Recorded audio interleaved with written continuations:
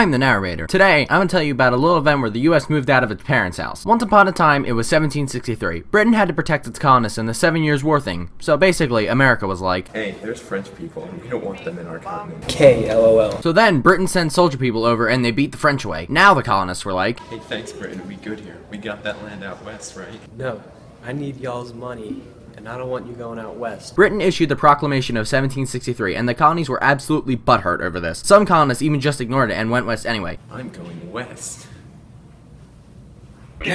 Of course, this pissed off the Native Americans extremely, so they started killing colonists. So now the colonists were like, dude, what are you doing? It's my money, and I need it now. It's my money, and I need it now! So then Britain started putting a bunch of restrictions on the Americans. For example, like the Stamp Act, the Sugar Act, and the Townshend Act, but there were many more besides that. And again, the colonists were like, dude, what are you doing, man? LOL, dude, just take a chill pill and relax. They also passed the Quartering Act, which let British soldiers chill in colonist houses.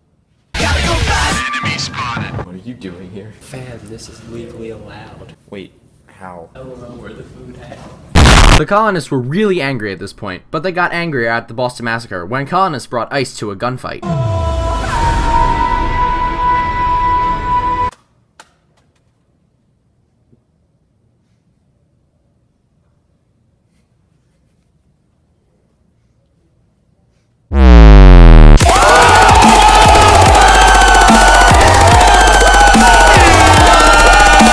Yeah, let's just move on. So the colonists were really pissed at Britain, to the point of where they had the Boston Tea Party, which went a little something like this.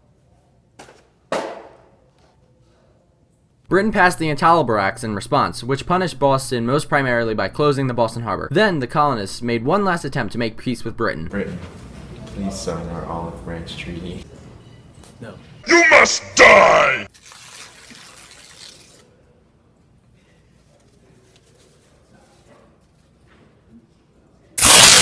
So the colonies went to war with Britain. The starting of this war went a little something like, You have committed treason against the royal crown.